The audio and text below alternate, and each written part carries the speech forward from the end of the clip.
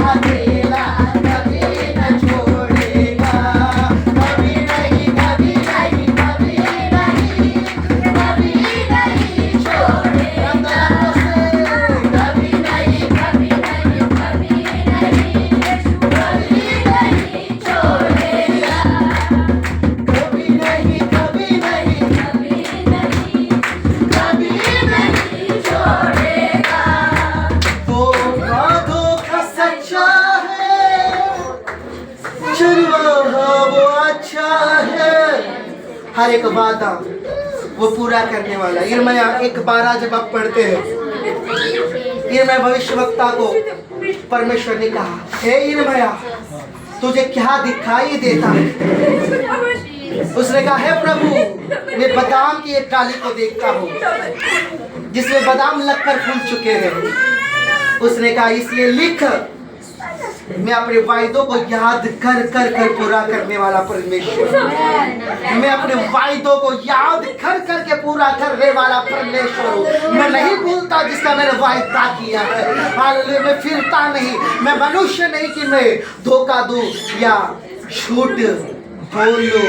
मैं वायदों को पूरा करने वाला परमेश्वर हूँ। इसलिए गीतकार कहता है, वो वायदों का सच्चा है, चरवाहा वो अच्छा है, क्योंकि वो आदि और अंत है।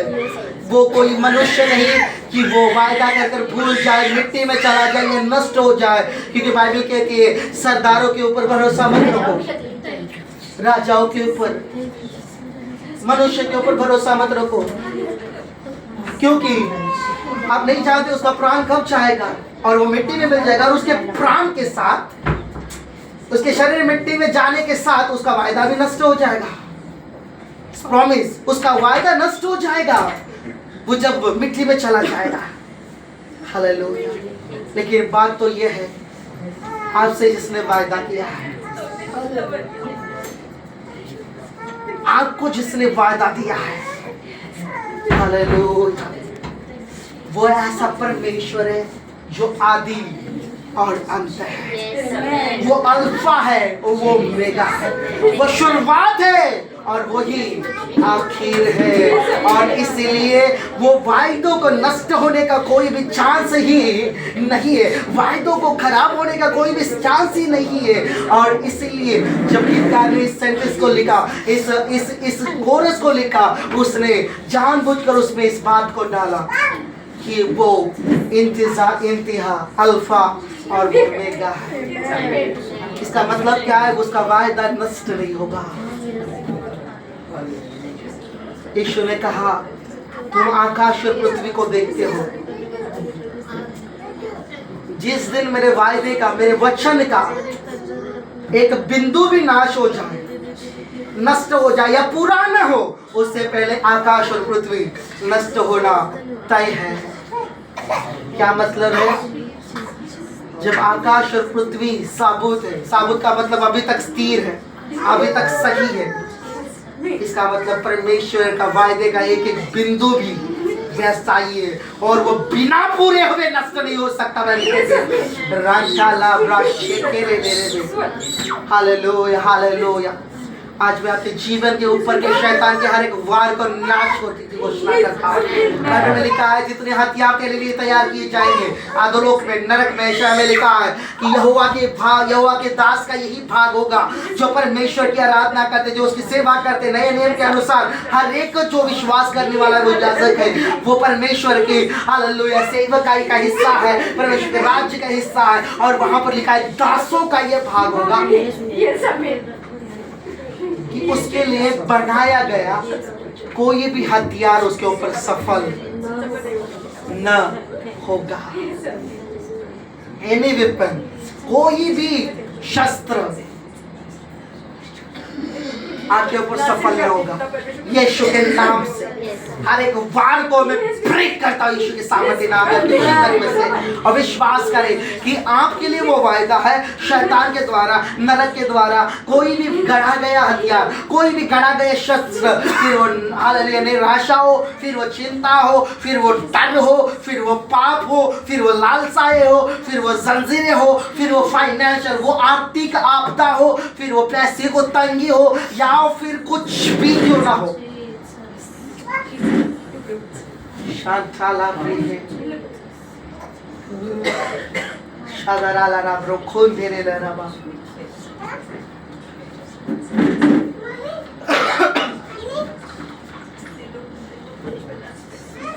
आपके लिए वही सच है जो आपकी हानि का कारण है, वही आपके लिए बचाव का और आशीष का कारण ठहरेगा। बाइबल में लिखा है जब मूसा का समय था और कई सांप वहां पर निकल आए और जो अनाज्ञाकारियों को ढस कर नाश करते थे, और कई लोग वहां पर मारे जाते थे उन सर्पों के द्वारा ढस कर। लेकिन मूसा को कहा गया कि अगर तू उन सर्पों के ढसे हुए को बचाना चाहता है तो उसी सर्प की एक आकृति बना पीतल की और उसको काट पर उसको एक लकड़ी पर लटका दे, जिससे भी वो सर्प ढसे जब वो उस काट पर उस सर्प को देखेगा वो बच जाएगा और फिर उसे वो सर्प नहीं डसेगा। और वो जो उस पीतल के सर्प को देखता था जो काट पर लटका हुआ है, जब उसे सर्प ढसते थे वो विष उनके शरीर में बेअसर होता था। मैं ये क्यों बता रहा हूं? यीशु ने कहा जैसे मूसा ने सर्प को ऊंचा किया जंगल में, वैसे ही मनुष्य का पुत्र ऊंचा किया जाएगा और जो कोई भी उसको देखेगा वो हर एक हानि से, वो हर एक ढसने से, हर एक उस जहर से, हर एक उस जानलेवा चीजों से, हर उस पाप से, वो हर उस हथियार से जो शैतान ने छोड़ा है जो उनकी हानि के लिए, वो बच जाएगा। हालेलुया। जो कोई भी उस काट को देखेगा, यीशु ने कहा जैसे मूसा ने जंगल में सर्प को ऊंचा किया वैसे ही मनुष्य का पुत्र भी ऊंचा किया जाएगा और जो कोई उसे देखेगा वो बच निकलेगा। हालेलुया। जो कोई भी उसके ऊपर अपनी नजर डालेगा, जो कोई भी उसके ऊपर अपने मन, अपने विश्वास को डालेगा, बाइबल कहती है वो लज्जित नहीं होगा, उसके ऊपर कोई भी वो जहर काम नहीं करेगा, उसके ऊपर न हथियार सफल होगी यीशु मसीह के सामर्थ्य नाम में। हालेलुया।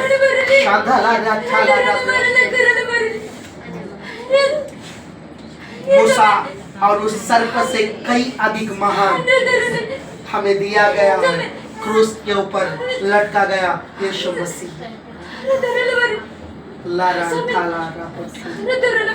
हालेलुया।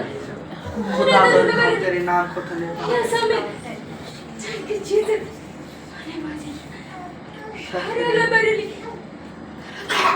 हमें गंभीर बना परमेश्वर तेरे प्रति।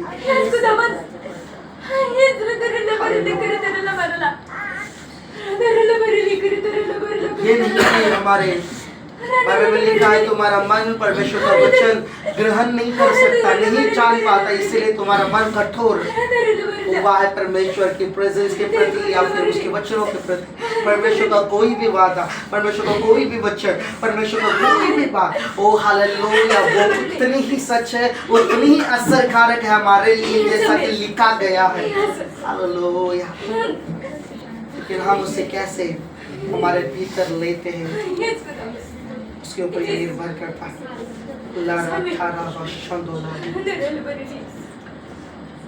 में लिखने के अनुसार आपका भाग्य है कि कोई हथियार आपके ऊपर न चलेगा। विश्वास करें, कोई हथियार आपके ऊपर सफल न होगा। वो तैयारी करेगा कि आपको किसी बार किसी शस्त्र से आपको घायल करे, लेकिन बाइबल कहती है, पुराने नियम की बात है, यशायाह ने भविष्यवाणी की कि कोई भी हथियार या कोई भी शस्त्र तेरे ऊपर काम न कर सकेगा। यीशु मसीह के नाम में वो होगा। हालेलुया। जब कुछ चीजें होते हुए देखें, आपको घोषणा करना, शैतान ये शस्त्र और ये हथियार मेरे ऊपर सफल नहीं होगा। मैं परमेश्वर के वायदे के अधीनता में हूँ। परमेश्वर का वचन जो वादा मेरे इर्द गिर्द सुरक्षा है, मेरे विश्वास की ढाल मेरे इर्द गिर्द है। और क्योंकि मेरे विश्वास की ढाल है, तेरे जलते तीर मेरे